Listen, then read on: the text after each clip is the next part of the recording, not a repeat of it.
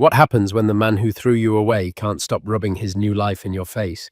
For Ilara, Vance's divorce meant starting over in a tiny apartment, while her ex-husband Julian built a palace on the ashes of their marriage. He thought he'd left her with nothing but memories and his condescending pity. He loved to boast about his mansion, his parties, his success. But he made one critical mistake. He forgot who she was and the talent he tried to bury. This isn't just a story about revenge. It's about the quiet, earth-shattering power of a woman reclaiming her worth. Stay with me, because the moment she steps past his chartered jet to board a billionaire's Gulfstream is everything. The divorce decree was a single sheet of paper, but it felt as heavy as a tombstone. For Ilara Vance, it marked the death of a 14-year relationship and the burial of the woman she used to be. The ink, a stark, impersonal black, finalized the schism between her past and her terrifyingly blank future. Julian Croft, the man whose name was once legally and emotionally fused with her own, was now just a signature on a document that stripped her of a home, a shared history, and the last vestiges of her youthful optimism. Their shared life had been dismantled with the cold efficiency of a corporate merger. Julian, ever the pragmatist in business, and as it turned out in love, had his lawyers draw up an agreement that was technically fair but emotionally brutal. The marital assets were divided. He got the burgeoning real estate development company, Croft Properties, which she had named. He got the sprawling Hamptons beach house they had designed together on cocktail napkins, dreaming of future children. He got their shared friends, who, like savvy investors, chose the side with the higher returns. Ilara got the 2018 Volvo. She'd always driven a portion of their savings that dwindled with alarming speed after she secured a new apartment and a collection of furniture that looked jarringly out of place in her cramped one-bedroom walk-up in Astoria. The apartment smelled of her neighbor's curry and the faint, persistent scent of old building dust. It was a world away from the ozone-clean, minimalist air of the glass and steel condo they had shared in Manhattan. In the early days, Ilara had been Julian's shadow partner. With a degree in architectural history and a natural eye for design, she had been the silent, uncredited force behind his initial successes. She scouted undervalued properties, sketched renovation concepts, and staged the finished homes with an artistry that made them irresistible. She was the soul of the operation. He was the face and the handshake. "We're a team," he used to say, kissing her forehead over stacks of blueprints late at night. "You're my secret weapon, Ellie." But as his success grew, his we became a very distinct I. I closed the deal. I landed the investor. I got featured in Architectural Digest.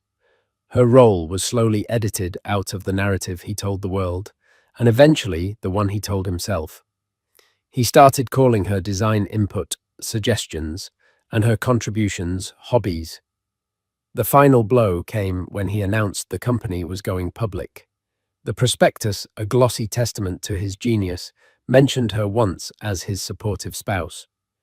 The divorce was his idea, proposed with the same dispassionate logic he used for a business deal that was no longer profitable. "We've grown apart, Ilara," he'd said, standing before the floor-to-ceiling windows of their condo, the city lights glittering behind him like a crown. "Our visions are no longer aligned. It's better to cut our losses and move on." He hadn't fought, he hadn't yelled. He had simply divested. Now, a year later, Ilara was trying to rebuild. She had started a small bespoke interior design firm, Vance Interiors. It was a one-woman show run from a corner of her living room. Her desk was a salvaged plank of wood set on 2 filing cabinets. Her clients were mostly friends of friends, people looking to refresh a living room or choose a new color palette for their kitchen. It was honest work, but it was a grind. Every invoice paid was a small victory against the gnawing fear of failure. Her phone buzzed, vibrating against a stack of fabric swatches. It was an email, and the sender's name made her stomach clench, Julian Croft. Her finger hovered over the delete button. Their communication, was supposed to be limited to lingering financial paperwork handled through lawyers. Curiosity, that masochistic impulse, won. She opened it. It wasn't a legal document. It was an invitation. You are cordially invited to a housewarming gala at the Croft estate. Below the calligraphy was a professionally shot photograph of a breathtaking modern mansion. It was a symphony of glass-white stone and rich mahogany terraced into a hillside overlooking the Hudson River. Water features cascaded down the levels, and an infinity pool stretched out towards the horizon, seeming to merge with the river itself. It was a masterpiece of modern architecture. And with a sickening lurch, Ilara recognized her own hand in its design. It was from a folder labeled Dream House on their old shared drive, a project they had sketched together years ago, a fantasy of what they would build when they really made it. He had built it, without her. The email continued in a tone that was unmistakably Julian's, a cloying mix of feigned warmth and naked arrogance. Ilara, I know things have been formal between us, but as I settle into this new chapter, I find myself thinking of our shared beginnings. In a way, you were part of the inspiration for this place. I wanted to extend a personal invitation to my housewarming. It's going to be the event of the season. I'd love for you to come and see what I've been able to build. All the best. Julian Ilara read it 3 times. Each word was a carefully polished stone, designed to be smooth on the surface, but heavy in her hand. See what I've been able to build. It wasn't an olive branch. It was a victory lap.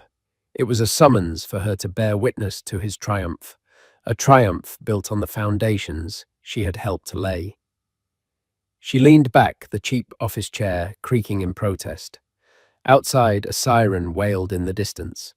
Her apartment felt smaller, the walls closer. She thought of the mansion in the photo, a place born from her imagination, now occupied by her ex-husband, and presumably his new girlfriend, a 25-year-old fitness influencer named Tiffany, whom she'd only seen in paparazzi photos. Her best friend Chloe, a sharp-witted lawyer who had guided her through the worst of the divorce, would tell her to burn the invitation and her laptop with it. Don't give him the satisfaction, Ilara. He's a narcissist. You are not a required guest at his ego festival. Chloe was right, of course. The smart thing to do was to ignore it, to continue her quiet, dignified struggle for independence. But as she looked at the photo again, at the clean lines and the perfect integration with the landscape, a different feeling began to stir beneath the hurt. It wasn't sadness. It was a cod-simmering anger. He had stolen her dream and was now inviting her to admire the handiwork. He had erased her from the past and was now dangling the magnificent present in her face, expecting her to be impressed, perhaps even wistful. He saw her as a ghost, a relic of his humble beginnings. He couldn't imagine she was building anything of her own. In a way, you were part of the inspiration, he'd written. The condescension was staggering. She wasn't part of the inspiration. She was the co-architect of the dream. She looked around her small apartment at the sketches pinned to a corkboard, at the fabric samples that represented her fledgling business. It was small, yes. It was a struggle. But it was hers. Every line drawn, every client won, was a brick she had laid for herself. A decision began to form, solidifying from the roiling mess of her emotions. She wouldn't go to feel sad. She wouldn't go to reminisce. She would go as a spectator, a historian. She would go to see the monument he had built to his own ego, and she would silently remind herself that foundations, no matter how deep, can have cracks. She typed a simple, concise reply. Julian, thank you for the invitation. I look forward to it. Best, Ilara Vance. She hit send before she could second-guess herself. Let him think she was coming to gaze in awe. Let him prepare his pitying smiles and his carefully rehearsed lines about her little business. She would go. She would see the ghost of her stolen dream. And then She would go home and continue building a future he couldn't even conceive of. The invitation was not a victory lap for him. It was a call to arms for her. The night of the party, a cool breeze drifted in from the Hudson, carrying the scent of late summer roses and money. So much money. Ilara had taken a car service, watching from the window as the cramped streets of Queens gave way to the manicured, sprawling landscapes of Westchester County. The gates to the Croft estate were wrought iron and impossibly tall, swinging open with silent hydraulic grace. The driveway lined with perfectly spherical bushes and glowing uplights snaked for what felt like a mile before the house itself came into view. It was even more imposing in person. It didn't look like a home. It looked like a private museum or the headquarters of a Fortune 500 company. Valets in crisp black uniforms swarmed the arriving Bentleys and Porsches. The air hummed with muted bass from a hidden sound system and the bright, brittle laughter of the 1%. Ilara had chosen her outfit with the precision of a surgeon. It wasn't a flashy gown or a statement piece. It was a simple, impeccably tailored black dress by a lesser-known Belgian designer. It spoke of taste, not price tags. Her only jewelry was a pair of silver earrings her grandmother had given her. She wanted to look elegant, composed, and utterly unbothered, a ghost at the feast. She handed her keys to a valet who barely glanced at her Volvo and walked towards the entrance. The massive front door, a single slab of dark mahogany, was open. Inside the foyer was cavernous. A 2-story waterfall cascaded down a wall of black slate into a shallow pool filled with white river stones, the very feature she had sketched on a napkin during a rainy Sunday afternoon years ago. Seeing it realized sent a pang through her chest, sharp and unwelcome. She forced herself to breathe to observe. The space was technically perfect. The floors were polished Italian marble. The lighting was flawlessly recessed, and a massive abstract sculpture she didn't recognize dominated the center of the room. But it was cold, sterile. Julian had executed the plans, but he had missed the spirit. Her original vision had included warmer woods, textured walls, and spaces that invited intimacy. This was a showroom, a monument. Ilara, I can't believe you actually came. Julian's voice, smoother and more practiced than she remembered, cut through the din. He emerged from a crowd of men in expensive suits, his smile wide and blinding. He looked fantastic, and he knew it. His custom-tailored Tom Ford suit fit him like a second skin. His tan was perfect, and his watch, a Patek Philippe, glinted under the gallery lighting. "Julian," she said, her voice even, "it's quite a place. You must be very proud." "Proud doesn't even begin to cover it," he boomed, placing a proprietary hand on the small of her back to guide her further into the throng. The touch felt alien. "It's the culmination of everything I've worked for. Every risk, every sleepless night. It's tangible. You know, real." He gestured expansively. "Come on, let me give you the grand tour." Before she could politely decline, a flash of blonde sequins and possibly white teeth intercepted them. "Jules, baby Martin. Investors just arrived. You need to say hi." It was Tiffany. In person, she was even more striking than in her photos, perfectly sculpted, glowing with youth and confidence. She was wearing a silver dress that left little to the imagination. Julian's arm slid from Ilara's back to Tiffany's waist. "In a second, Tiff. I'm just showing Ilara around. You remember Ilara?" Tiffany's smile flickered for a nanosecond, her eyes sweeping over Ilara's simple black dress with a dismissive glance. "Oh, right. Hi," she said, her tone dripping with manufactured sweetness. "It's so brave of you to come." Brave. The word hung in the air between them. Ilara offered a small, serene smile. "Not at all. Julian was kind enough to invite me." Julian, oblivious to the undercurrent, beamed. "Of course we have history. It's important to honor that." He then leaned in conspiratorially towards Ilara. So, what do you think? I had the entire kitchen fitted with Sub-Zero and Wolf appliances. The countertops are a single slab of Calacatta marble imported from Italy. Cost a fortune, but you can't put a price on perfection, right? He led her through the main floor, a litany of brand names and price tags falling from his lips. He wasn't talking to her, he was performing for her. He pointed out the home theatre with its 150-inch screen, the wine cellar with its biometric scanner, the gym packed with equipment that looked like it belonged in a NASA training facility. He was showing her things. He was showing her what he could buy. He never once mentioned a feeling, a memory, or a dream. It was an inventory of wealth. They ended up on the vast terrace overlooking the infinity pool. The New York City skyline twinkled in the far distance. People milled about, sipping champagne, their conversations a meaningless buzz.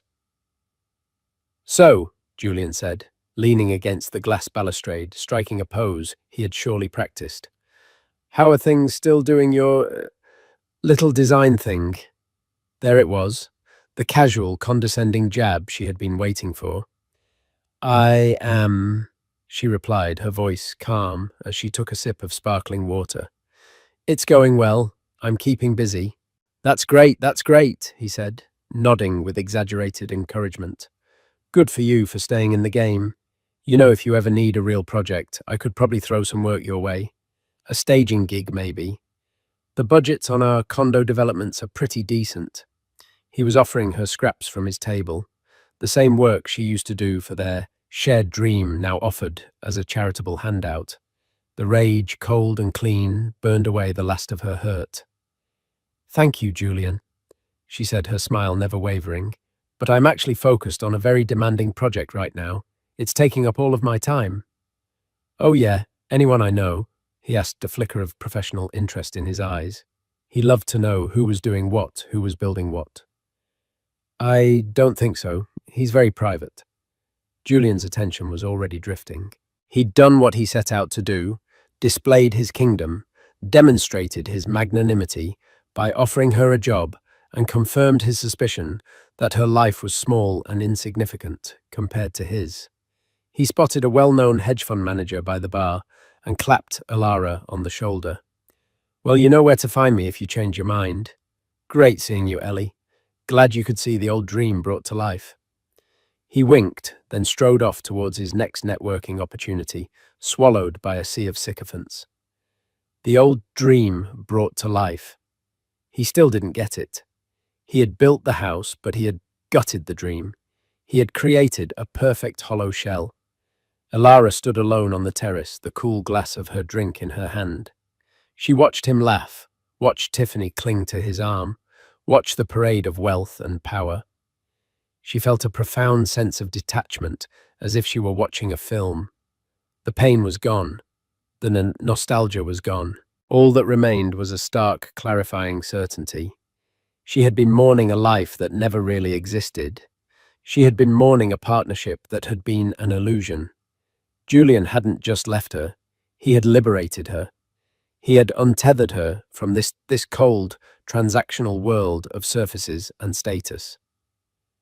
She finished her water, placed the empty glass on a passing waiter's tray, and turned to leave. She didn't need to see any more. She had her answer. As she walked back through the cavernous rooms, the laughter and music seemed to fade. She wasn't running away. She was walking towards her own life. A life built, not on marble and brand names, but on talent, resilience, and the quiet, unshakable knowledge of her own worth. The ghost had seen enough. It was time to go home and get back to work. The humiliation of Julian's party didn't fester into sadness. Instead, it crystallized into fuel. Elara returned to her small Astoria apartment, not with a sense of defeat, but with a clarity that was almost frightening in its intensity. The pitying looks, Tiffany's condescending bravery, and Julian's offer of scraps had burned away the last vestiges of her self-doubt. She wasn't just a survivor of her old life. She was the architect of her new one, and it was time to start building in earnest. She channeled this newfound energy into the one project that had been both intriguing and terrifying her, the Blackwood proposal. 2 weeks prior, an inquiry had landed in her inbox. It was different from her usual client requests. It didn't come from a referral or a social media link. It was a terse, formal email from a legal firm, Albright and Sterling. Ms. Vance, we are acting on behalf of a client who is seeking a designer for a significant private residential project in upstate New York. Your name was put forward due to your past work, specifically your uncredited conceptual designs for several early Croft Properties developments. Our client values discretion, ingenuity, and a deep understanding of historical architecture adapted for modern living. A portfolio and a preliminary design concept are required for consideration. An NDA is attached. Please confirm your interest by EOD. Regards, Isabel Albright. The email was like a puzzle. Uncredited conceptual designs. Someone had seen her work.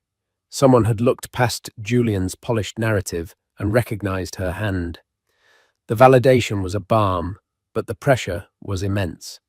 The name of the client was withheld, referred to only as the project, and the NDA was stricter than anything she had ever seen. Chloe, in her legal capacity, had reviewed it.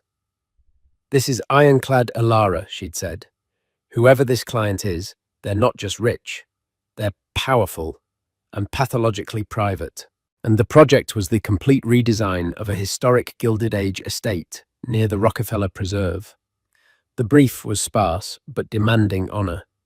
The soul of the original 1905 structure, while creating a space that was functional minimalist and seamlessly integrated with the surrounding 10 acres of protected woodland. It was the kind of project designers dreamed of. Before Julian's party, she had been intimidated working on the proposal with a knot of anxiety in her stomach. Now she attacked it with a vengeance. She spent 3 days at the library, pulling archival records and original blueprints of the estate. She learned about the original architect, the family who built it, the materials they sourced from a local quarry. She walked the perimeter of the property, taking photos sketching the way the light fell through the old-growth trees at different times of day. She ignored the minimalist trends that every other designer would likely propose. Instead, she developed a concept she called living history. Her idea was to restore, not replace. She would expose the original brickwork and stone, refinish the centuries-old hardwood floors, and use the mansion's grand airy spaces not as sterile galleries for modern art, but as frames for the true masterpiece, the nature outside. Her design incorporated massive floor-to-ceiling glass panels that could retract into the walls, blurring the line between inside and out. The color palette was drawn from the forest itself: slate gray, deep moss, green, the warm ochre of fallen leaves. The furniture would be a curated mix of restored period pieces and custom-built items from local artisans. It was a design philosophy that respected the past while embracing the present. It was everything Julian's soulless mansion was not. It was a home, not a statement. She poured everything she had into the presentation: detailed renderings, material boards, with tactile samples of woodstone and fabric, and a 10-page written narrative explaining the philosophy behind every choice. It was the most comprehensive, passionate work she had ever done. It was the culmination of her education, her talent, and her newfound clarity. This wasn't a little design thing. This was her soul on paper. She sent the proposal to Isabel Albright at 11:59 p.m. on the deadline day, her heart pounding as she clicked send. A week of silence followed. It was agonizing. She tried to distract herself with smaller projects, but her mind was constantly drifting back to the estate. She started to doubt herself. Maybe her concept was too academic. Maybe they wanted something flashier, more Instagrammable. Maybe Julian was right, and she was destined for staging gigs and color consultations. The call came on a Tuesday morning. The caller, I'd simply said private number. Private. Elara Vance speaking. Miss Vance, this is Isabel Albright. The voice was crisp, no nonsense. My client has reviewed your proposal. Ilara held her breath. And there was a pause. He was impressed, specifically with your focus on architectural integrity and your living history concept. He found it insightful. Ilara sank onto her salvaged wood desk, relief washing over her in a wave. That's wonderful to hear. He would like to meet with you at the property. Tomorrow at 10 a.m., a car will be sent for you at 8:30. Be prepared to walk the grounds and discuss your vision in detail. Of course, Ilara managed her voice steadier than she felt. I'll be ready. One more thing, Miss Vance, Miss Albright added, her tone sharpening slightly. Our client's privacy is his most valuable asset. The name Damian Blackwood is not to be spoken to anyone. Not your friends, not your colleagues, not your family. Is that understood? The name hit Ilara like a physical blow. Damian Blackwood. It wasn't just a powerful name, it was a legendary one. Blackwood was a titan of industry, a reclusive billionaire who had built his empire in tech and private equity. He was notoriously media shy, almost a myth in the business world. He was known for two things: his ruthless business acumen and his impeccable, almost obsessive taste. He rarely gave interviews, and photos of him were scarce. To be hired by Damian Blackwood wasn't just a big break, it was a career-defining event. It was a stamp of approval from the most discerning client on the planet. And he had chosen her, a woman working out of a one-bedroom apartment in Astoria. Yes, Ilara said, her mind racing. Completely understood. The line clicked dead. Ilara stared at her phone, her hand trembling slightly. Julian, with his regional fame and his architectural digest feature, was a local lord. Damian Blackwood was a king, and he wanted to meet her. She thought of Julian boasting about his sub-zero refrigerators and his Italian marble. He was playing in the little leagues, convinced he was at the World Series. The scale of her opportunity was so vast, so far beyond Julian's comprehension, that it was almost comical. A slow smile spread across her face.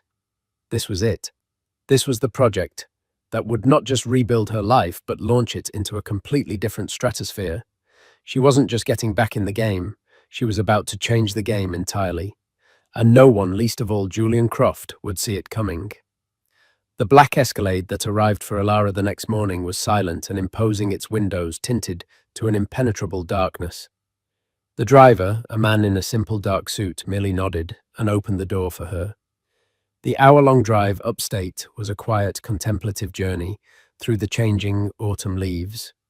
Ilara clutched her portfolio, her heart a steady drum of anxiety and excitement.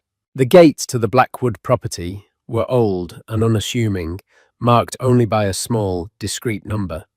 They opened onto a winding path through a dense forest that felt ancient and untouched. Then the trees parted, and the mansion came into view. It stood on a rise, majestic and melancholy, a relic of a bygone era of American aristocracy. It was beautiful but neglected, its stone facade, stained with time, its windows dark and empty. It looked like a sleeping giant. Isabel Albright was waiting on the grand columned portico.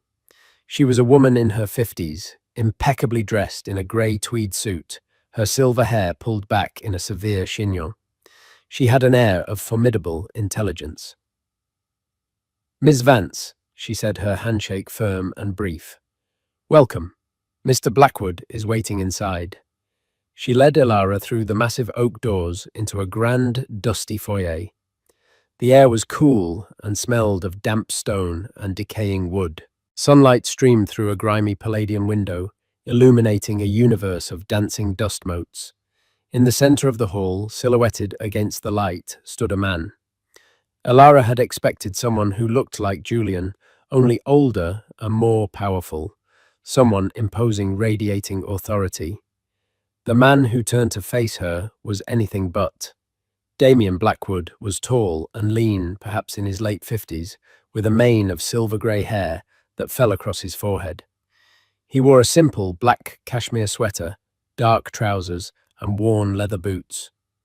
His face was all sharp angles and intelligent lines, but his eyes were what held her. They were a startlingly clear shade of blue, and they regarded her with a calm, unnerving intensity. There was no artifice about him, no performance. He was simply present. "Miss Vance," he said. His voice was a quiet baritone with a gravelly edge. "Thank you for coming." "Mr. Blackwood, it's an honor," she replied, finding her footing. "Damian, please," he corrected gently. "We'll be spending a great deal of time together if this is to work. Formality is inefficient." He gestured around the cavernous, decaying space. "She's a mess, isn't she? The last owners let her fall apart." "She has incredible bones," Alara said, her designer's eye taking over. "The craftsmanship is exquisite. You just have to be willing to listen to what the house wants to be." A flicker of something approval perhaps passed through his eyes. Listen to the house. That's what the other 4 architects I interviewed failed to understand. They wanted to impose their vision onto it. They wanted to gut it and turn it into a sterile white box. Your proposal was the only one that spoke of a conversation with the past. For the next 3 hours they walked.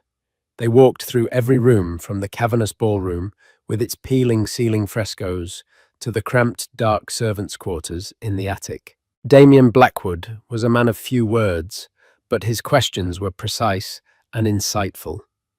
He didn't ask about cost. He asked about intention. Why this material? What is the function of that space? How does this honor the original architect's design? Alara in her element came alive. She spoke of light and shadow, of texture and history. She pointed out how a wall could be replaced with glass to frame a 100-year-old oak tree outside. She described how the original narrow servants' staircase could be repurposed into a multi-story library, a spine of knowledge running through the house.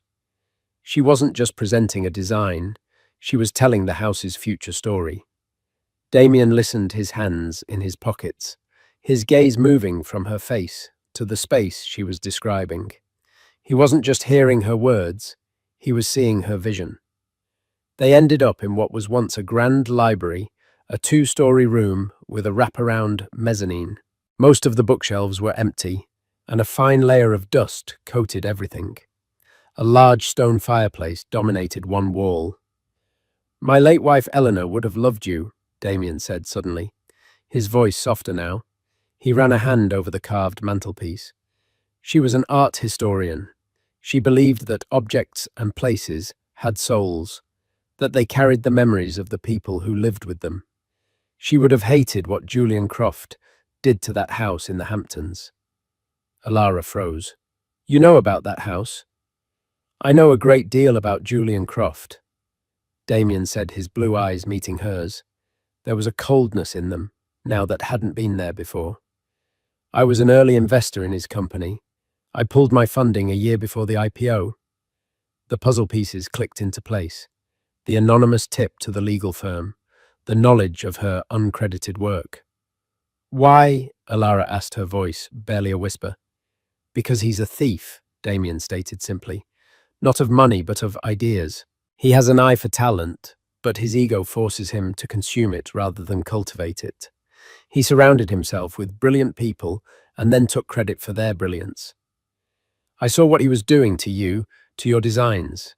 It was distasteful. When he built that soulless monument on the Hudson and put his name on it, I knew my assessment had been correct. Men who build monuments to themselves live in very empty houses." He turned to face her fully. "Your proposal for this place, this idea of living history, is more than a design concept, Ms. Vance. It's a philosophy. It's the antithesis of everything Croft stands for. That's why you're here." Alara was speechless. For years she had felt invisible, her contributions erased. And here, one of the most powerful men in the world was telling her that he had seen her all along, that he understood. "The job is yours if you want it," Damian said.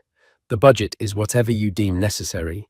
Your firm, Vance Interiors, will be paid a retainer that will solve any immediate cash flow concerns. Ms. Albright will handle the contracts. Your only job is to bring this house back to life.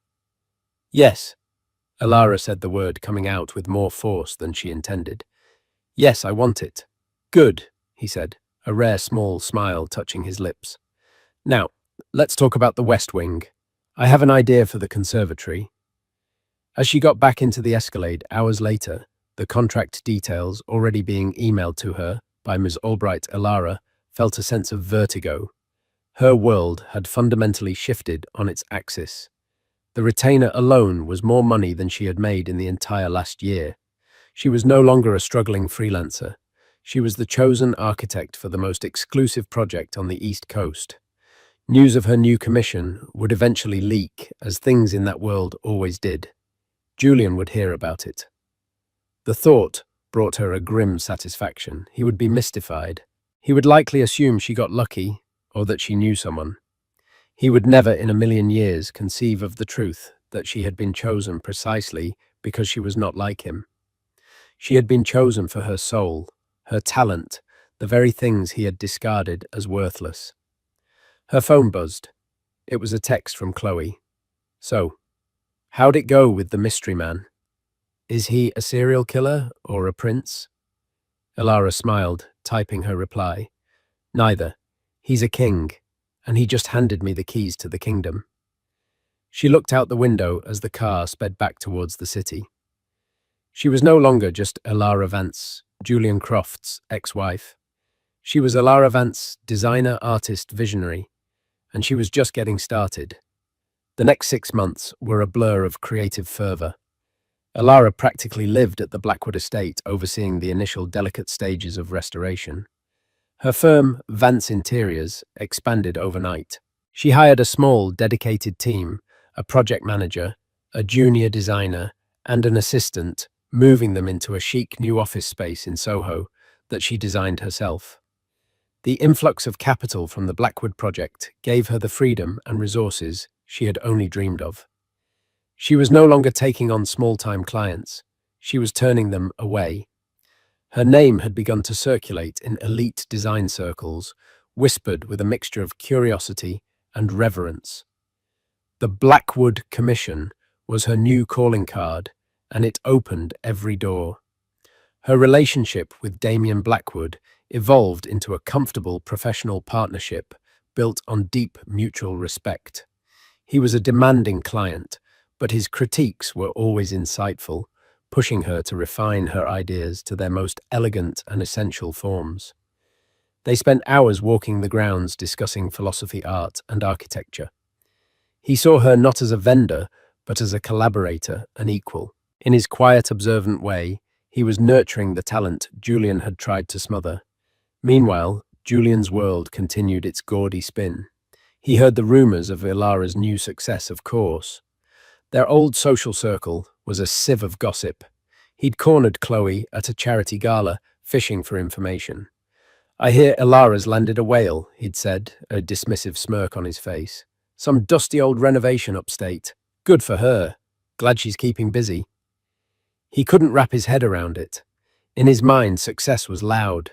It was IPOs, magazine covers, and parties at glass houses. A quiet restoration project for a reclusive client didn't register as a victory. He interpreted it as a niche, small-time gig, and her silence on the matter as proof of its insignificance. He remained convinced that he was the sun, and she was a minor planet that had drifted out of his orbit. The climax of his delusion arrived on a crisp Friday morning in October. Damian had a new project in mind, the acquisition and redesign of a historic villa on the shores of Italy's Lake Como. He wanted Alara to be the lead designer. The flight to Milan leaves from Teterboro at noon, he'd told her matter-of-factly over the phone. Ms. Albright has your details. We'll fly together, walk the property tomorrow, and be back Sunday. Pack for a business trip. Teterboro Airport in New Jersey was the undisputed playground of the super-rich, a private hub for corporate jets and billionaires' playthings. Alara arrived in a town car dressed in a stylish but practical travel outfit, a camel-colored cashmere coat over tailored black trousers and loafers. She carried a leather portfolio and a small, elegant carry-on bag. As she stepped out of the car, she heard a familiar booming laugh. Her eyes scanned the tarmac, and there he was, Julian Croft in all his glory. He was standing beside a chartered NetJets Challenger 350, a significantly smaller and less prestigious jet than the top-tier Gulfstreams and Globals. He was with Tiffany, who was posing dramatically on the jet's stairs, while one of Julian's assistants took photos with a phone. Julian was dressed in designer casual wear that screamed, "Look at me," holding 2 glasses of champagne. He was clearly making a grand spectacle of taking his girlfriend on a surprise trip. He spotted Alara as she walked towards the main terminal building. A slow, predatory smile spread across his face. He excused himself from Tiffany and strode towards her. His chest puffed out. "Ellie, what a coincidence," he said, his voice loud enough for anyone nearby to hear. "Fancy meeting you here. Headed somewhere fun?"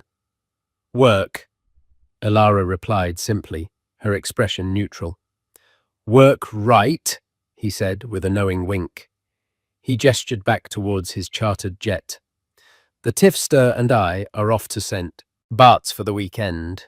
A little impromptu getaway. You know how it is. Sometimes you just gotta drop everything and fly." He took a deliberate sip of his champagne. "So, who are you seeing off picking up a client's fabric swatches from Europe?" The condescension was so thick it was suffocating. He genuinely believed she was there as an errand girl, a glorified assistant. He saw her simple luggage, her lack of entourage, and drew the only conclusion his ego would allow. Alara just looked at him, a strange sense of calm settling over her. She didn't feel anger or hurt. She felt a profound, almost clinical pity for him. He was trapped in a cage of his own making, and the bars were forged from brand names and public perception. "Something like that," she said quietly. "Well, listen," he said, leaning in as if sharing a secret. "It's good to see you, really. I hope that little project upstate is treating you well. But don't forget my offer. When you're ready to play in the big leagues again, you know who to call." He was about to say something else, but a low, powerful rumble cut him off. A jet, sleek and massive, was taxiing towards the hangar nearest to them. It was a Gulfstream G700, the pinnacle of private aviation, its 2 massive Rolls-Royce engines whining with a sound that made the smaller Challenger seem like a toy. It was painted a subtle, elegant graphite grey with a single silver stripe down its fuselage. It came to a stop, and the door opened with a quiet hydraulic hiss. A woman in a familiar severe grey suit appeared at the top of the stairs. Isabel Albright. She nodded crisply at the ground crew, then her eyes found Alara. "Miss Vance," she called out, her voice cutting through the air. "We're ready for you. Damian is already on board." Julian froze mid-smirk. His head swiveled from Alara to the G700, then back to Alara. His brain seemed to be short-circuiting, unable to process the data. Tiffany had stopped her posing and was staring, her mouth slightly agape. Alara gave Julian a small final smile. It wasn't triumphant or smug. It was a smile of dismissal, a quiet farewell to the man, the memory and the entire life she had so thoroughly left behind. "That's my flight, Julian," she said softly. "Thank you for the offer, but I think I'm quite happy in the league I'm in." She turned and walked away from him, her footsteps steady on the tarmac. She walked past his chartered jet, past a bewildered Tiffany, and towards the gleaming Gulfstream. Ms. Albright greeted her at the bottom of the stairs with a respectful nod. "He's reviewing the preliminary site plans," Ms. Albright said, taking Alara's carry-on. "He asked for your input before takeoff." As Alara ascended the stairs, she glanced back one last time. Julian was standing motionless, his champagne glass hanging limply in his hand. The swagger was gone. The confident smile was gone. He looked small and utterly bewildered, a man who had just watched a ghost he thought he'd buried climb aboard a chariot he could only dream of. The look on his face was a mixture of shock, dawning humiliation, and the terrifying belated recognition that he had fundamentally miscalculated everything. Elara turned away and stepped into the quiet, luxurious cabin of the jet. The door closed behind her, sealing her off from the noise, the performance, and the past. Her new life was waiting, and it was taking flight. The interior of the Gulfstream G700 was the physical embodiment of Damian Blackwood's philosophy, quiet luxury, impeccable craftsmanship, and functional elegance. There was no gaudy gold plating or ostentatious branding. The cabin was a serene composition of cream-colored leather, dark polished wood, and brushed nickel fixtures. It was less a party plane and more a flying boardroom designed for work and thought. Damian was seated in a large armchair, a tablet in his hand, displaying architectural renderings of the Lake Como villa. He looked up as Elara entered, a welcoming smile on his face. "Elara, good," he said. "Settle in. I wanted to ask you about the Western Terrace. I think we can do better than the initial sketch." There was no mention of the scene on the tarmac.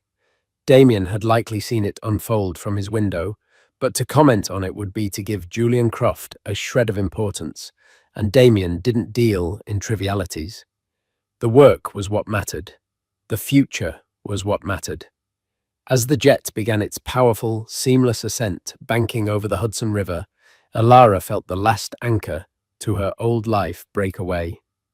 The world Julian inhabited, with its petty competitions and fragile egos, shrank below her until it was nothing more than a patchwork of insignificant lights. Up here, at 40,000 feet, the only thing that mattered was the clear, blue, endless horizon. The news of the Teterboro incident spread through their old circles with the speed of a wildfire. The story was just too delicious to contain. Julian's assistant mortified and loyal to a paycheck, but not a person told another assistant. A ground crew member who recognized Julian told a friend. The narrative was brutal and precise. Julian Croft, bragging about his chartered jet, was left speechless as his ex-wife boarded Damian Blackwood's private G7. The fallout for Julian was swift and devastating, not financially, but socially, which for him was worse. The story reframed his entire narrative. He was no longer the self-made titan who had discarded his starter wife. He was the fool who hadn't recognized the diamond in his own house. The story of Elara's uncredited work, once a quiet rumor, now had a powerful dramatic confirmation. People looked at him differently. The sycophant's smiles became a little tighter, their laughter a little less genuine. They saw the crack in his facade. Tiffany, whose entire currency was based on status and image, saw the writing on the wall. Being the girlfriend of the guy who was publicly upstaged by his ex-wife was not a good look. Their surprise trip to St. Bart's was tense and joyless.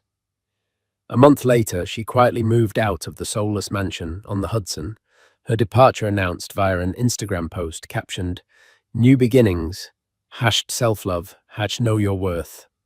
Julian, for the first time in years, was truly alone. He tried to contact Elara, first a text message. "Heard you're working with Blackwood. Impressive, we should catch up." She didn't reply. Then a week later, an email longer, this time tinged with a desperate, unfamiliar humility. He wrote about their shared history, about how he'd lost his way in the pursuit of success. He even apologized, a hollow, self-serving apology, for not appreciating her contributions more. Elara read it not with anger or satisfaction, but with a detached sadness.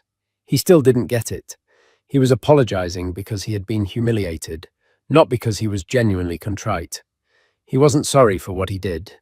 He was sorry for how it made him look. He hadn't changed. His circumstances had. She deleted the email without a response. There was nothing left to say. Her focus was entirely on the future.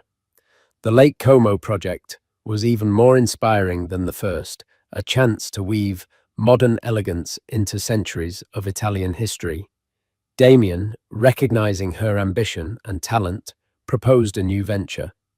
He would provide the seed capital for her to launch a new international design house, Vance Blackwood Design. It wouldn't just be her firm, it would be a global brand, a testament to their shared philosophy of living history. She would be the CEO and Chief Creative Officer. He would be the silent partner, the chairman. Her life was now a whirlwind of international flights, site visits in ancient European cities, and meetings in high-rise offices in London and Hong Kong. She commanded teams of architects, artisans, and project managers. The small apartment in Astoria was a distant memory, replaced by a beautiful, light-filled penthouse in Soho, a space she designed for herself, filled with art she loved and books she treasured. It was a home, warm and alive, the complete opposite of Julian's cold estate. Her relationship with Damian remained on the surface professional, but underneath a deep, quiet affection had grown. It wasn't the fiery, youthful passion she had once shared with Julian, but something more profound and stable. It was a meeting of minds, a partnership of equals, who had found in each other a shared appreciation for beauty, integrity, and the quiet, meaningful work of building something that lasts.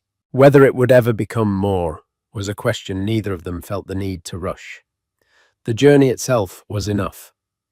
One afternoon, flying back from a site visit in Kyoto, she looked out the window of the G700 at the blanket of clouds below. She thought of Julian, not with malice, but as a character from a book she had read long ago. He was a man who had built a mansion to impress the world, but had ended up with nothing but an empty house.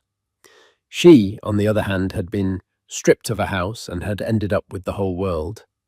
He thought success was about having the biggest mansion on the hill. She had learned it was about having the vision to see the horizon from 44,000 feet, knowing you had the power, the talent, and the freedom to fly towards it, and she was just taking off. Alara's story is a powerful reminder that the best revenge isn't loud or flashy, it's living a life so full and successful that the past simply becomes irrelevant. She didn't need to tear Julian down. His own ego, built on a foundation of arrogance, did that for him. She focused on her own talent, her own worth, and built an empire on the very skills he discarded. Her victory wasn't just boarding that jet. It was in every blueprint she drew, every team she led, and every time she chose to look forward instead of back. This story shows us that true power isn't about the things you own, but the value you create, and that the ultimate flex is quiet confidence and undeniable success. What did you think of Alara's incredible journey? Let me know in the comments below. What happens when the man who threw you away is forced to watch you ascend to a world he can only dream of? For years, Ethan Carter told anyone who would listen that his ex-wife, Olivia, was a career-obsessed workaholic who didn't know the first thing about being a partner. He had his new perfect fiancée, Maddie, the ultimate wife material. He was the winner. But then a single headline shattered his carefully constructed reality, a headline that announced Olivia not just as successful, but as the bride of one of the world's most enigmatic billionaires. This isn't a fairy tale. It's the story of what happens when a man's ego writes checks his reality can't cash. Ethan Carter had a sermon, and he delivered it with the passion of a convert. He preached it at backyard barbecues over craft beers, in hushed tones at upscale restaurants, and in casual asides to his colleagues in the polished corridors of his mid-level finance firm. The gospel was simple. He had finally found true happiness, and its name was Madison Hayes. Maddie, he'd say, a contented smile playing on his lips. She just gets it. She understands what a man needs at the end of a long day. He'd usually be holding Maddie's hand when he said this, her presence serving as Exhibit A in the case for his newfound enlightenment. She was pretty, with a girl-next-door charm, a sprinkle of freckles, and a laugh that was always ready and willing. She worked as a part-time yoga instructor and was training to be a nutritionist. Her ambitions were wholesome, manageable. They didn't threaten to eclipse his own. The unspoken, yet deafeningly loud counterpoint to this sermon was his ex-wife, Olivia Rossi. He rarely used her name. She was simply my ex. The adjectives he attached to her were starkly different: driven, intense, always on, and his personal favorite, just not nurturing. You know, a man wants a partner, not a competitor. He explained to his friend Mark one Saturday as they stood over a grill, the scent of sizzling burgers filling the air. Maddie was inside, laughing with Mark's wife, her silhouette visible through the kitchen window. My ex. She couldn't switch off. We'd be in bed, and she'd be scrolling through market trends on her phone. She'd forget to pick up the dry cleaning because she was closing a deal. The house never felt like a home. It felt like a launch pad for her career. Mark nodded, slowly, flipping a patty. She was always smart, though. Smart isn't everything, Ethan retorted, a little too quickly. What's the point of a brilliant mind if it can't remember your anniversary? Maddie made me a 3-course meal for our 6-month dating anniversary. From scratch. That's wife material. That was his favorite phrase, wife material. Maddie was the embodiment of it. She organized their social calendar, remembered his mother's birthday, and made sure his favorite brand of coffee was always in the cupboard. Her world seemed to revolve around building a comfortable, supportive life for them. She admired his work at the firm, listened intently to his stories about office politics, and soothed his ego when a deal went south. She was the calm harbor to his ex-wife's stormy sea. Their divorce had been finalized 2 years ago, and in Ethan's retelling, it was an amicable, logical conclusion. We just wanted different things, he'd say with a shrug. I wanted a family, a home. She wanted a boardroom. He omitted the screaming matches the nights he'd come home to an empty house, not because Olivia was closing a deal, but because she couldn't bear to be in the same room as him. He forgot the way he'd belittled her ambitions, calling her small startup project a cute little hobby. Someone he had convinced himself, and was working tirelessly to convince everyone else, that the failure of his marriage was entirely on Olivia. It was a failure of her femininity, her priorities, her very nature. His engagement to Maddie was his vindication. The 1-carat cushion-cut diamond on her finger was a trophy. Their life together was a portrait of domestic bliss curated for public consumption. Ethan's Instagram was a gallery of their happiness. Maddie laughing as she kneaded dough in their pristine kitchen, the two of them clinking wine glasses on their balcony overlooking the city. A selfie snuggled on the couch with the caption, "Nothing better than a quiet night in with my fiancé. Wife material, blessed." His friends mostly bought into it. They saw how relaxed Ethan seemed, how much he smiled. They saw Maddie's adoration for him. If they had private reservations, if they remembered the vibrant, witty Olivia and felt a pang of something missing, they kept it to themselves. It was easier to celebrate the new improved Ethan than to question the narrative he was so carefully crafting. One evening, about 6 months into their engagement, Ethan and Maddie were hosting a small dinner party. His boss, Mr. Henderson, and his wife were the guests of honor. Maddie, a gracious host, had prepared an elaborate meal of roast chicken and Dauphinoise potatoes. "Ethan, you are a lucky man," Mr. Henderson said, raising his glass of Pinot Noir. "Madison, this meal is divine. My wife hasn't cooked a meal like this in 20 years. Maddie blushed prettily. "I love taking care of my man." Ethan beamed, placing a proprietary hand on her shoulder. "She's one of a kind. Traditional values. You know how rare that is these days." "Henderson?" He shot a meaningful look at his boss. "Some women are so focused on shattering glass ceilings, they forget how to build a foundation at home."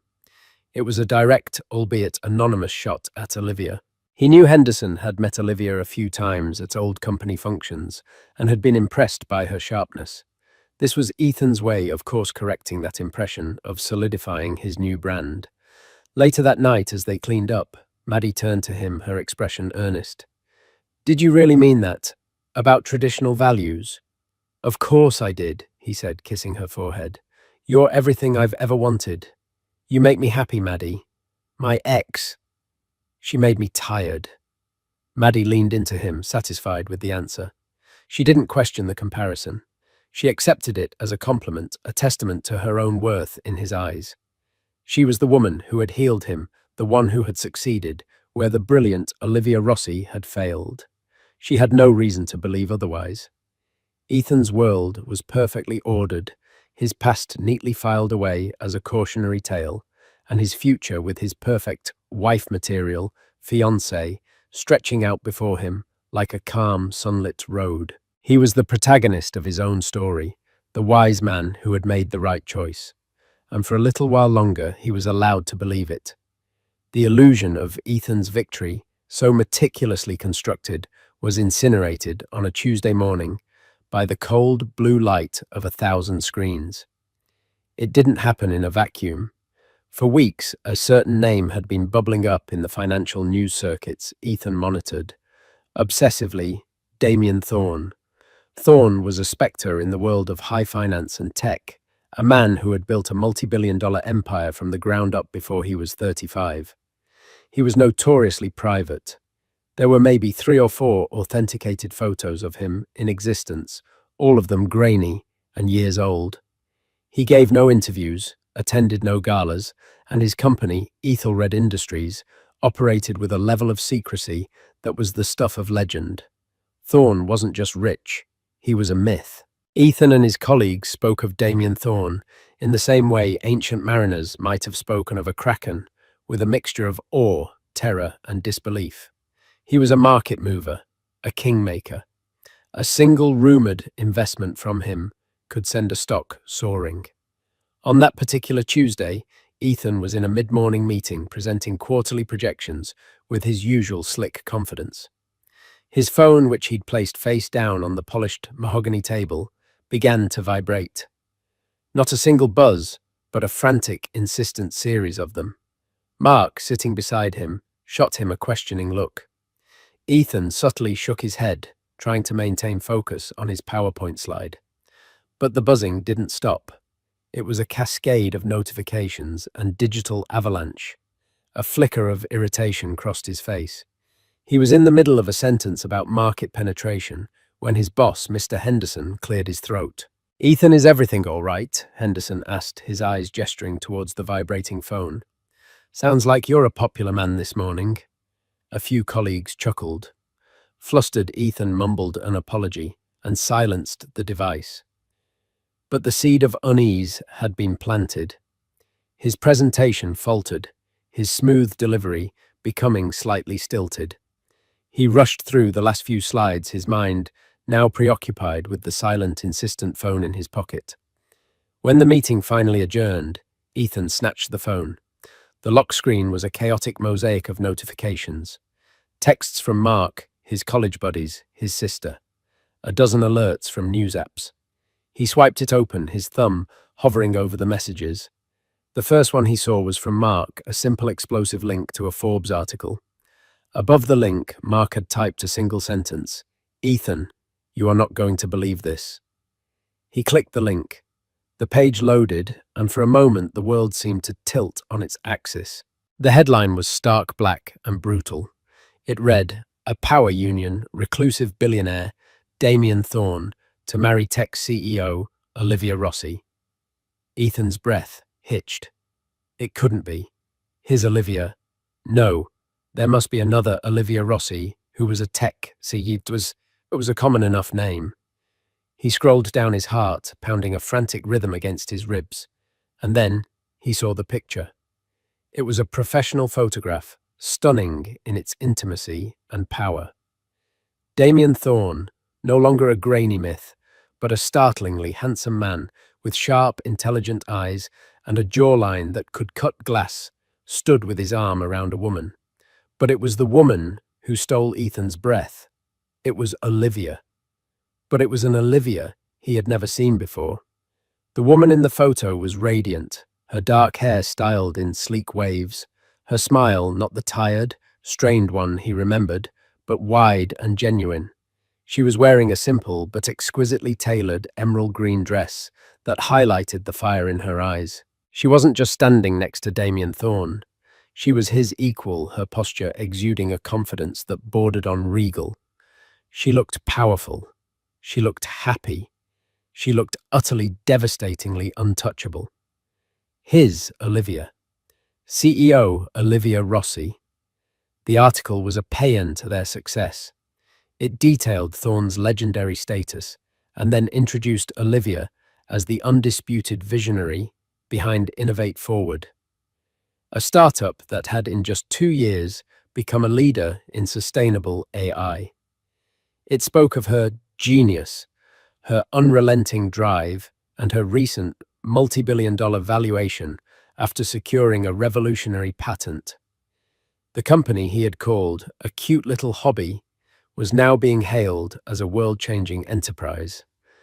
The article mentioned her background, her summa cum laude degree from Stanford, her early work at a top consulting firm. It even included a brief cutting sentence. Rossi, who is divorced, founded Innovate Forward shortly after the dissolution of her first marriage, channeling her formidable energy into her professional ambitions. The words hit him like a physical blow. Channeling her formidable energy. They made it sound like their divorce had been the catalyst for her greatness, the removal of an obstacle, the removal of him. He sank into his office chair, the world around him, muffled as if he were underwater. The fluorescent lights of the office seemed too bright, the air too thin. He clicked on another link, this one to Vogue. The headline was even worse, the wedding of the decade inside Damian Thorne and Olivia Rossi's ultra-private engagement. More photos. Olivia laughing on a yacht, her hand in Thorne's. A close-up of the ring, a colossal flawless sapphire that made Maddie's diamond look like a speck of dust. His phone buzzed again. It was a text from his mother. "Ethan, did you see the news about Olivia Goodness? I suppose all that time she spent on her computer paid off." Even his mother's words, meant to be a form of awkward consolation, felt like a jab. He thought of all the things he had said. "She's not nurturing. She doesn't know how to build a home. I need a partner, not a competitor." He had painted her as a failure in the one arena he deemed important, being a wife. And now the world was celebrating her, not just for her career, but for landing the most elusive, powerful bachelor on the planet. She hadn't just failed to be his wife. She had leveled up to become a billionaire's bride. His carefully constructed narrative, the gospel he had preached so fervently, had been torn to shreds and set on fire. He wasn't the winner who had wisely traded up. He was the fool who had let a diamond slip through his fingers because he was too blind to see its worth.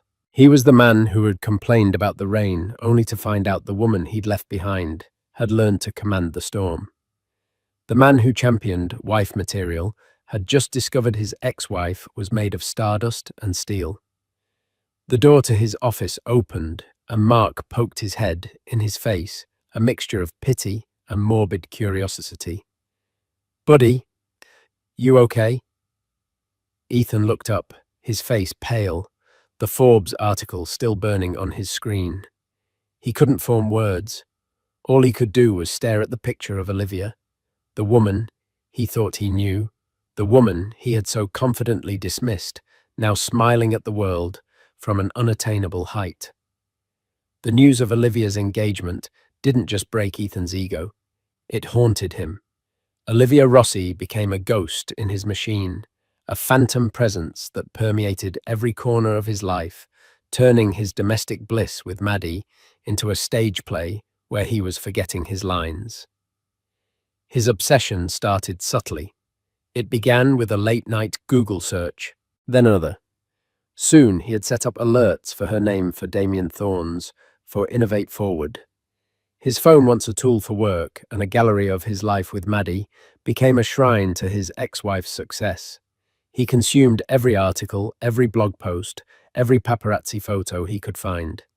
He saw Olivia and Damian leaving a Michelin-starred restaurant in Paris. He saw them at a tech conference in Kyoto, where Olivia was the keynote speaker. He saw a candid shot of them on a windswept Scottish moor, reportedly near the castle Thorne had recently purchased. In every image, Olivia glowed. The fatigue that had perpetually lived under her eyes during their marriage was gone, replaced by a vibrant, focused energy. She wasn't just beautiful, she was formidable. Ethan started to draw comparisons, a slow, toxic poison seeping into his relationship with Maddie. One evening, Maddie was excitedly telling him about a new vegetarian lasagna recipe she had perfected. "It's amazing, Ethan. I used a cashew-based cheese, and you can't even tell the difference. It's so much healthier," she said, her eyes bright with pride. A year ago, he would have praised her, called her a culinary genius, and posted a picture of it with the hashtag #HadWifeMaterial. Now, his mind superimposed a different image over the scene. He remembered an article he'd read that morning. Olivia Rossi, CEO of Innovate Forward, addresses the World Economic Forum on the future of sustainable food production. "That's great, Mads," he said, his voice flat. He pushed the lasagna around his plate. "Really great." Maddie's smile faltered. "You don't like it?" "No, it's delicious, just got a lot on my mind from work." It was a lie, and they both knew it. He wasn't thinking about work. He was thinking about Olivia addressing world leaders while he was eating vegan lasagna. The thought was so absurd, so galling, it soured the taste of the food in his mouth. The ghost of Olivia was present in their conversations too. He would find himself replaying arguments from their marriage, but with a horrifying new clarity. He began to remember the things he had chosen to forget. Flashback. 3 years ago, their old apartment. Olivia is sitting at their small dining table, which is covered in schematics and financial projections. She hasn't slept in 2 days. Her eyes are red-rimmed, but blazing with excitement. "Ethan, look at this," she says, her voice thrumming with energy. "I've streamlined the energy conversion process. The efficiency gain is almost 12 This is it. This is the breakthrough." Ethan glances over from the TV where he's watching a football game. He sees a mess of papers, not a breakthrough. "That's nice, honey. Hey, did you remember to call the plumber about the leaky faucet I reminded you this morning?" Her face falls. The fire in her eyes dims to a hurt flicker. No, I'm sorry, I forgot. I was so caught up in this." "But Ethan, this is huge. This could get us our first round of seed funding." He scoffs, turning back to the game. "Liv, it's a hobby, a cute little project. How many of these breakthroughs have you had? Let's be realistic. Real people have to deal with real-life things, like leaky faucets." The memory was so vivid, it made him flinch. He hadn't just been dismissive. He had been cruel. He had taken her passion and belittled it into a childish pastime. Her cute little project was now valued at over $5 billion. He had complained about a leaky faucet while she was trying to build an ark. Maddie began to notice the change. He was distant, irritable. The adoring gaze he once fixed on her now seemed to look straight through her. He stopped posting about her on social media.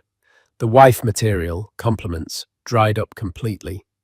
One Saturday morning, she found him staring at his laptop, his face a mask of grim fascination. She crept up behind him and saw what he was looking at, a lengthy profile of Olivia in Wired magazine. It was filled with quotes from her colleagues praising her leadership and vision. "Are you okay, Ethan?" Maddie asked softly. He slammed the laptop shut as if he'd been caught looking at pornography. "Yeah, fine. Just keeping up with the competition." "She's not your competition, Ethan," Maddie said, her voice laced with a growing insecurity. "She's your ex-wife, and she's marrying Damian Thorne." He snapped the words, erupting with a venom that shocked them both. "Do you have any idea what that means? It's not just that she's successful. It's that the entire world now sees me as the idiot who let her go." "Nobody thinks that," Maddie said, though her voice wavered. Was she trying to convince him or herself? "Oh, they do," he said, his voice dropping to a bitter whisper. "They look at me, and they think, that's the guy who wasn't good enough for Olivia Rossi. And then they look at you and they think..." He trailed off, but the implication hung heavy and ugly in the air between them. and they think you're the consolation prize. He didn't say it, but Maddie heard it. She saw it in his eyes. Every time he looked at her now, he was comparing her to the ghost of Olivia. Her wholesome, supportive ambitions now seemed small and insignificant in the shadow of Olivia's global success. Her knowledge of nutrition seemed trivial compared to Olivia's knowledge of quantum computing. The very qualities he had praised as wife material were now in his mind evidence of her inferiority. The haunting became a full-blown obsession. Ethan started driving by the old brownstone he and Olivia had once shared, a place they'd sold during the divorce. He would park across the street and just stare at it, lost in a fog of regret. He started trying to piece together the timeline. She had founded Innovate Forward just 3 months after their divorce was finalized. She must have been planning it, working on it during their final year together.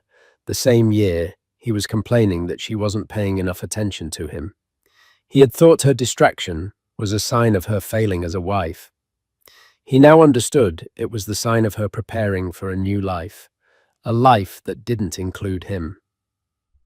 He hadn't just lost her, he had been systematically and surgically removed from her path to greatness. The realization was a slow, agonizing burn, cauterizing his pride and leaving behind a permanent scar. He was no longer the protagonist of his own story. He was a footnote in hers. The digital ghosts were not enough. Ethan's obsession demanded a confrontation in the flesh.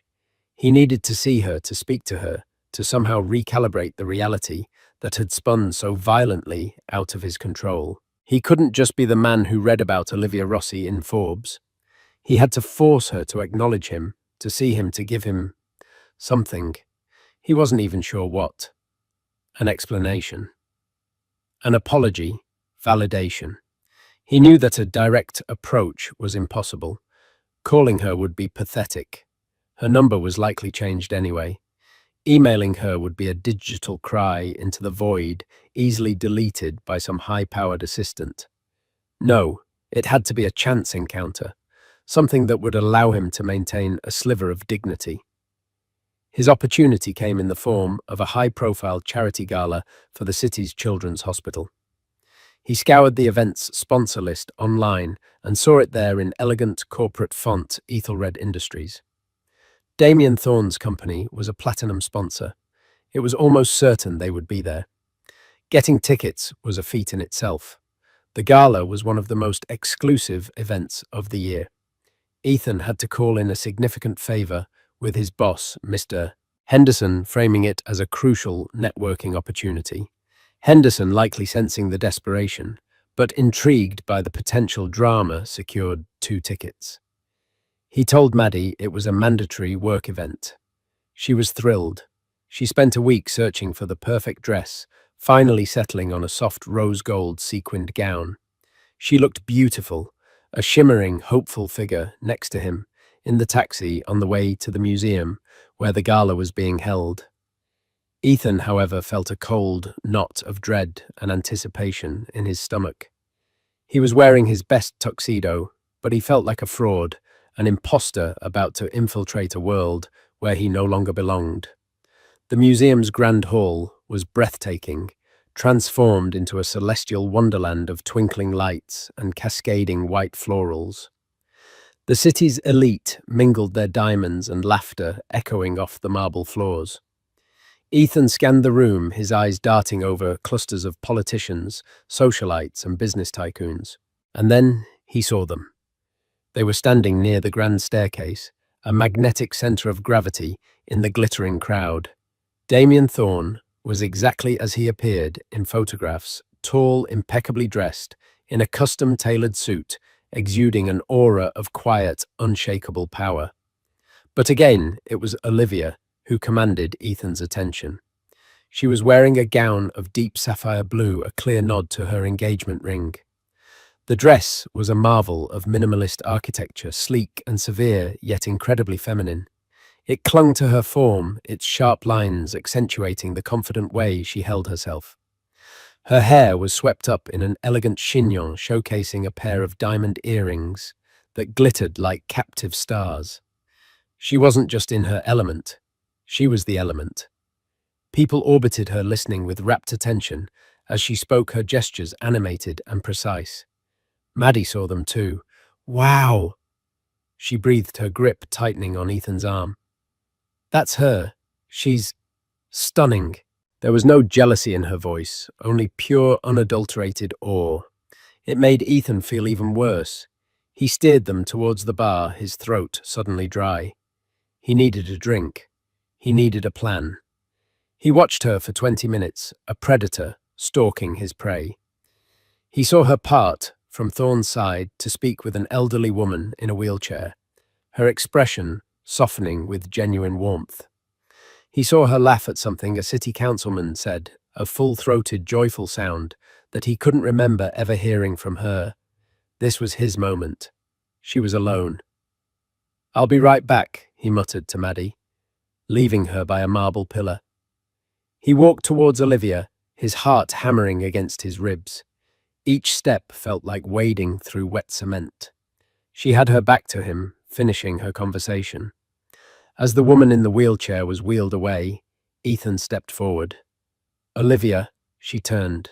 Her eyes, those fiery, intelligent eyes, landed on him. For a fraction of a second, there was a flicker of surprise, a ghost of the woman he once knew. Then it was gone, replaced by a cool, polite neutrality. It was the look one gives a stranger who has mistaken you for someone else. "Ethan," she said. Her voice was calm even. There was no anger, no pain, no shock. There was nothing, and the nothingness was the most painful response of all. "Fancy seeing you here." He managed the words, sounding lame and rehearsed even to his own ears.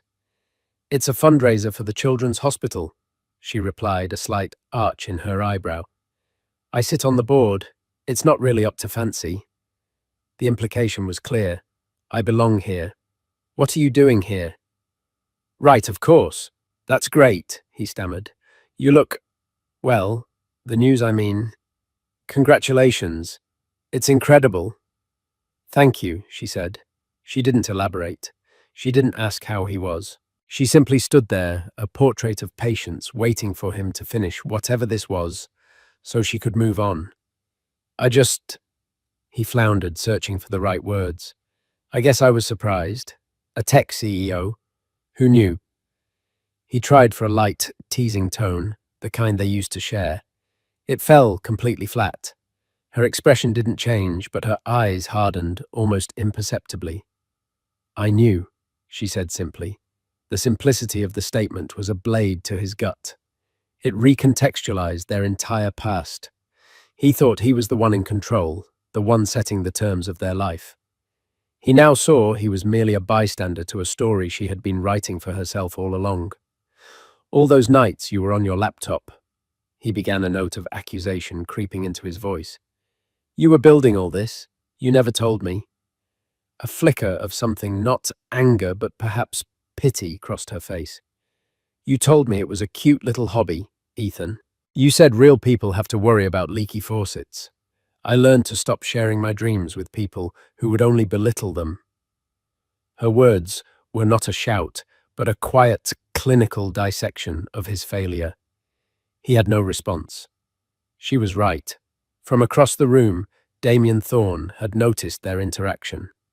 He began to walk towards them, not with aggression, but with a calm, purposeful stride. He was a shark gliding through water, effortless and dominant. "Everything all right, darling?" Thorne asked, his voice a low baritone. He slid his arm around Olivia's waist, his eyes locking onto Ethan's. It was not a threatening gaze, but an assessing one. He was sizing Ethan up, and in a single glance, dismissing him as irrelevant. "Perfectly fine," Olivia said, leaning into Thorne's embrace. She turned her smile to him, a smile of genuine affection and partnership. Ethan was just offering his congratulations. "That's civil of you," Thorne said to Ethan, his tone making it clear he thought it was anything but. Ethan felt himself shrink under Thorne's gaze. He was outmatched in every conceivable way: wealth, power, status, and most devastatingly in his role in Olivia's life. He was the past. A footnote. Damian Thorne was the present and the future. Just then, Maddie appeared at his side, looking nervous and out of place. "Ethan, is everything okay?" she asked. Olivia's eyes moved to Maddie. Her expression softened for a moment. She gave her a small, almost imperceptible nod, a gesture of female solidarity that completely excluded Ethan. In that moment, he realized Olivia didn't hate him. He didn't register enough to be hated. He was an obstacle she had overcome, a lesson she had learned. "We should go," Olivia said to Thorne, completely turning her back on Ethan. Dr. Evans wanted to discuss the new pediatric wing. As they walked away, Thorne's hand resting protectively on the small of her back, Ethan was left standing in their wake, the scent of Olivia's expensive perfume lingering in the air. He felt Maddie's hand on his arm, a grounding but unwelcome touch. He had engineered the collision, hoping to cause a dent, a spark, something to prove he still had an effect on her. Instead, he was the one left wrecked on the side of the road, watching her drive off into the stratosphere without a glance in the rearview mirror. The disastrous encounter at the gala sent Ethan into a downward spiral. The cool dismissal from Olivia and the silent, authoritative presence of Damian Thorne played on a loop in his mind. He became sullen, withdrawn, and openly resentful. His relationship with Maddie, already fractured by his obsession, began to crumble under the weight of his misery. She tried to be supportive, but her attempts to comfort him were met with irritation. Her wife-material qualities, her patience, her gentle nature now grated on his nerves, serving only as a reminder of everything Olivia was not. The real twist, the final nail in the coffin of Ethan's self-delusion, didn't come from a headline or a public humiliation. It came from the past, in the form of an old friend and a drunken, pathetic confession. Her name was Clara, a mutual friend from the early days of Ethan and Olivia's marriage.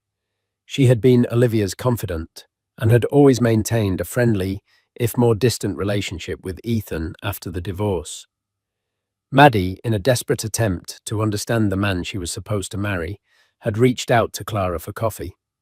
She wanted to know what Olivia was really like, hoping to find a flaw, a crack in the perfect facade that would make her feel less like a second-place trophy. They met in a quiet cafe, and Maddie, her voice trembling slightly, explained the situation. "He's obsessed with her, Clara. Since the news about her engagement, he's a different person. He looks at me like I'm not enough. I just need to understand what their marriage was like. Why did they really break up?" Clara sighed, stirring her latte. She had seen Ethan's narrative play out on social media and through the grapevine. She had stayed silent out of loyalty to Olivia, but seeing Maddie's genuine pain changed her mind. Olivia had moved on to an unassailable, new life. Perhaps it was time the truth of the old one was told. "Ethan has his version of the story," Clara began carefully. "The one where Olivia was too ambitious and not domestic enough. That's not a lie exactly. It's just not the truth." She leaned forward, her voice low. About a year before they separated, Olivia wasn't just working on her hobby. She had a real shot. She had a meeting lined up with a venture capital firm, a big one. They were seriously interested in her initial proposal for what would eventually become Innovate Forward. She was terrified and ecstatic. It was all she could talk about for weeks. Maddie listened, her heart sinking. "The meeting was on a Friday," Clara continued, her eyes fixed on Maddie's. "The Thursday night before she and Ethan had a massive fight. He accused her of abandoning their life together, of caring more about nerdy spreadsheets than about him. He told her she was going to fail, that she was delusional for thinking she could compete in that world. It was brutal. The next morning, Olivia went to the meeting, and she bombed. She was rattled, her confidence was shot. The feedback was that her financial projections, the very core of her pitch, were a mess. They were filled with small but critical errors. The VC firm passed, telling her the project lacked financial viability. She was devastated. She thought she had choked under pressure. Clara took a deep breath before delivering the final blow. A few weeks later, Olivia was clearing off their shared computer, and she found the original presentation file in the trash bin. She looked at the file's history. It showed that the night of their big fight, after she had gone to bed, someone had logged in at 2 a.m. and spent 30 minutes in the document, that someone had systematically altered key figures in her financial model. Tiny changes, almost impossible to spot unless you knew what you were looking for, but enough to make the whole projection fall apart under scrutiny. Maddie felt the blood drain from her face. "No," she whispered. "There were only two people who had the password to that computer," Clara said softly. "Olivia and Ethan." The truth was a horrific, ugly thing. Ethan hadn't just been an insecure, unsupportive husband who belittled his wife's dreams. He had been a saboteur, fearing her potential success, fearing she would outgrow him. He had actively, maliciously, and secretly crippled her chances. He hadn't just failed to encourage her, he had tried to ensure she would fail. The divorce hadn't been about wanting different things. It was because Olivia had discovered his ultimate betrayal. She never confronted him with the proof she was too broken and too proud.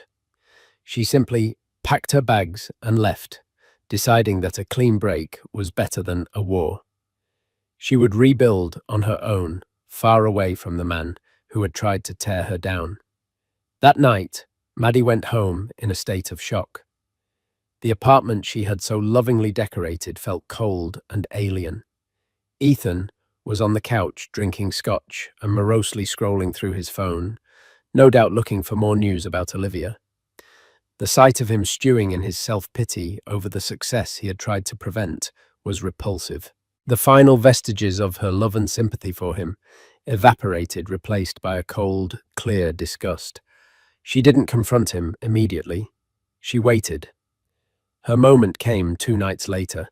Ethan came home late, stumbling and drunk from after-work drinks with colleagues. He was in a maudlin, self-pitying mood, ranting about how unfair the world was. "She has everything," he slurred, slumping into a chair. "Everything.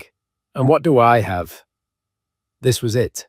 Maddie stood before him, her arms crossed, her face a mask of stone. "You want to know why she has everything, Ethan?" she asked, her voice dangerously quiet. "It's luck," he muttered. "She met a rich guy." "No," Maddie said, her voice rising with a furious power she didn't know she possessed. "It's because she got away from you. Clara told me, Ethan. She told me about the presentation, about the VC meeting, about what you did to her financial projections at 2 in the morning. Ethan's drunken haze seemed to vanish. He stared at her, his face ashen, his mouth opening and closing like a fish. He was caught, utterly and completely caught. He started, but no excuse would come. "You didn't think she was wife material because you were terrified she was made of something more." Maddie continued her words like shards of glass. "You didn't want a partner. You wanted a cheerleader who would stay on the sidelines. The moment she had a chance to get in the game, a game you knew you couldn't play, you didn't just bench her. You tried to break her legs." She held up her left hand and with a final decisive tug, pulled the 1.5-carat cushion-cut diamond ring from her finger. The ring he had called a trophy. It felt cheap and tainted. She threw it on the coffee table where it landed with a dull, unsatisfying clink.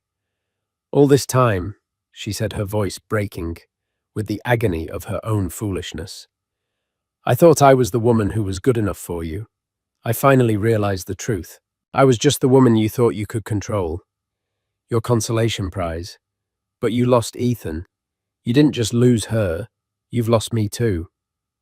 He didn't protest. He didn't argue. He just sat there, a collapsed ruin of a man stripped of his lies and his last remaining relationship. The ghost of his past betrayal had finally come home, not just to haunt him, but to leave him utterly and completely alone. Maddie's departure was swift and silent. She didn't scream or throw things. The next morning, while Ethan was nursing his hangover and the even more painful hangover of his exposed soul, she packed her bags. She took the clothes, the yoga mats, the nutrition textbooks. She left behind the life they had built, which she now saw was nothing more than a set piece for his fragile ego. She left the ring on the table. Ethan's world, already tilted, capsized completely. The silence in the apartment was a living entity. It was the silence of two failed relationships, the silence of his own profound moral bankruptcy. He would walk past Maddie's empty closet and feel a pang, not of love, but of loss for the comforting illusion she provided. She had been his shield, his proof that he was a desirable man who had made a good choice. Without her, he was just the guy who sabotaged his brilliant wife and then got dumped by his fiancée. His work suffered. The slick confidence that was his primary professional asset evaporated. His colleagues, who had all seen the news about Olivia and had undoubtedly heard the whispers of his breakup with Maddie, treated him with a mixture of pity and contempt. Mr. Henderson called him into his office one afternoon. "Carter," he said without any preamble, "your numbers are down. You look like hell. Whatever is going on in your personal life, get it sorted. This firm doesn't pay for baggage." The humiliation was absolute. He was failing everywhere. He was the common denominator in his own life's wreckage. He made one last desperate attempt to salvage something. He composed a long, rambling email to Olivia. It was a pathetic cocktail of apology, self-pity, and twisted justification. He admitted to the sabotage, but framed it as a moment of weakness, a desperate act by a man terrified of being left behind. He wrote about how he had never stopped loving her, how he realized now she was the only one for him. He ended it by begging for a chance to talk, to explain himself in person. He hit send in the dead of night, fueled by scotch and desperation. The reply came less than an hour later. It was not from Olivia. It was from an email address he didn't recognize with the subject line, "A final communication." The message was brief and utterly devastating. "Mr. Carter, this email is to confirm that Ms. Rosie has received your message. It is also to inform you that a legal team has been retained to handle any and all future correspondence from you. Any further attempts to contact Ms. Rosie, Mr. Thorne, or their associates, either directly or indirectly, will be met with immediate legal action, including but not limited to a restraining order. Your email has been logged as evidence of harassment.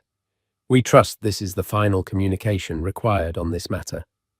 Sincerely, the office of Damian Thorne." It wasn't even a lawyer's name. It was an anonymous edict from the machine that now protected Olivia. He hadn't just been dismissed. He had been classified as a threat, a nuisance to be managed by underlings.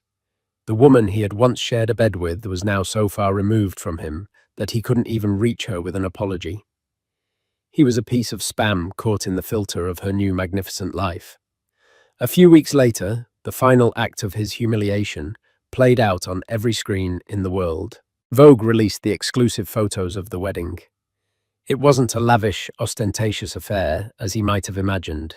It was an event of breathtaking taste and quiet power. The ceremony took place at the Scottish castle he had read about under a canopy of ancient trees. There were only 50 guests. The photos showed Olivia in a wedding dress that defied convention. It was elegant, structured, and modern, with clean lines and a powerful silhouette. She looked less like a princess and more like a queen. But it was the expression on her face that truly broke him. In every photo, she radiated a joy so profound and serene, it seemed to light up the ancient landscape. It was the look of a woman who was not just loved, but seen valued and revered for exactly who she was. The photo that went viral was a candid shot of her and Damian Thorne during the reception. They weren't looking at the camera. They were looking at each other, laughing, a shared joke or a moment of understanding passing between them.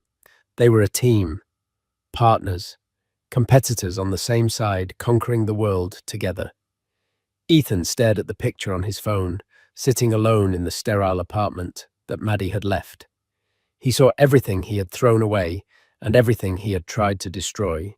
He had wanted a wife who would make his house a home. Olivia had left and built an empire. He had wanted a woman who would live in his shadow. She had found a man who wasn't afraid of her light, a man who wanted to stand in it with her. He finally understood. Olivia's success wasn't a lucky break or a fairy tale. It was the direct result of her talent, her drive, and most painfully, her liberation from him. He had been the anchor weighing her down. In cutting him loose, she had been free to rise. The wreckage of his life was not an accident. It was a consequence. He was not the victim of circumstance. He was the architect of his own desolation. The wedding photos were not an invitation to his ex-wife's new life. They were the closing credits on his own. A year passed, a year of crushing anonymity for Ethan Carter. He kept his job at the firm, but he was a ghost in the hallways. The swagger was gone, replaced by the quiet, shuffling demeanor of a man perpetually braced for bad news. He was no longer invited to the important meetings or the after-work drinks. He was simply there, a piece of furniture. He sold the apartment he had shared with Maddie at a loss and moved into a smaller, nondescript unit in a less fashionable part of town. His life had contracted, shrinking to the size of his own diminished self-worth. He rarely looked up Olivia anymore. It was too painful. Her star had only continued to ascend. Innovate forward. With the backing of Thorne's Ethelred Industries, had become a global behemoth. Olivia Rossi was a household name, a regular on most powerful women lists, a symbol of modern female achievement. She and Thorne were the ultimate power couple, their philanthropy as legendary as their business acumen. One rainy Saturday afternoon, Ethan was sitting in a generic coffee shop, nursing a lukewarm coffee and staring out at the rain-streaked street. It was the kind of aimless, empty day that had become the standard for him. The bell above the door chimed, and two women walked in, shaking rain from their umbrellas. One of them was Maddie. He hadn't seen her since the day she left. She looked different. Her hair was cut shorter, in a chic, no-nonsense bob. She wore stylish glasses and carried a leather satchel. The soft, deferential girl he had tried to mold into his perfect wife was gone. In her place was a confident-looking woman. Their eyes met across the small cafe. A flicker of recognition, then surprise. He expected her to turn and leave, or at least to look away with disdain. She didn't. After a moment's hesitation, she walked over to his table. Her friend found a seat near the window. "Ethan," she said. Her voice was steady, devoid of the anger or pain that had defined their last conversation. "Maddie," he responded, his own voice raspy. "You look great." "I am great," she said, and it was a simple statement of fact. "I went back to school, full-time. I'm finishing my master's in public health policy. I want to work with non-profits, help design community wellness programs." "Wow," he said, genuinely surprised. "That's impressive." "It's what I always wanted to do," she explained. "Before I met you, I just sort of, put it on hold. I thought I wanted something else." She looked at him, not with pity, but with a kind of clinical curiosity. "I heard you moved." "Yeah," he said, gesturing vaguely at his drab surroundings. "Downsized." An awkward silence fell between them. It was the silence of a shared history that neither of them was proud of. "For what it's worth," Maddie said, finally breaking the silence. "I hope you're okay." "I'm getting by," he lied. She gave him a small, sad smile. "You know, for a long time I was so angry. At you, but also at myself for believing your whole wife material nonsense. I made myself smaller to fit into the box you wanted for me." She paused, gathering her thoughts. "But then I realized something. Olivia wasn't the only one who got away from you. I did too. And in a way, you did me a favor. You showed me exactly what I don't want. I don't want to be wife material. I want to be me." Her words weren't meant to be cruel. but they were the most profound indictment of his life he had ever heard. He had been so focused on his loss of Olivia, this larger-than-life figure, that he had barely registered the true nature of his loss of Maddie. He hadn't just lost a fiancée, he had lost a good person, whom he had actively tried to diminish. "I have to go," she said, nodding towards her friend. "Take care of yourself, Ethan." He watched her walk away, rejoining her friend with an easy laugh. She picked up her satchel, adjusted her glasses, and walked out of the cafe, back into her new, self-defined life. Ethan was left alone at his table, the coffee cold, the rain still falling outside. He finally understood the full scope of his tragedy. His story wasn't about an ex-wife who became a billionaire's bride. It was about a man who was so afraid of the light in others that he chose to live in the dark. He had been offered 2 chances at love, 2 different but equally valuable women, and he had squandered them both through his own insecurity. He didn't have a wife, a fiancée, or even a narrative anymore. All he had was the quiet, persistent, and undeniable knowledge that he was the architect of his own empty room. And for the first time, he didn't blame Olivia, or Maddie, or Damian Thorne. He had no one to blame but the man staring back at him in the faint reflection of the rain-soaked window. So what's the real takeaway from Ethan's story? It's a harsh reminder that when you try to define someone else's worth, you often just reveal your own limitations.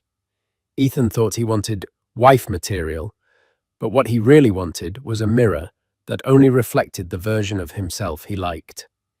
He tried to dim Olivia's light, only to be blinded by her eventual brilliance. He underestimated Maddie, only to watch her walk away and build a life of purpose he could only envy. He lost not 1, but 2 incredible women, not to fate or bad luck, but to his own suffocating ego.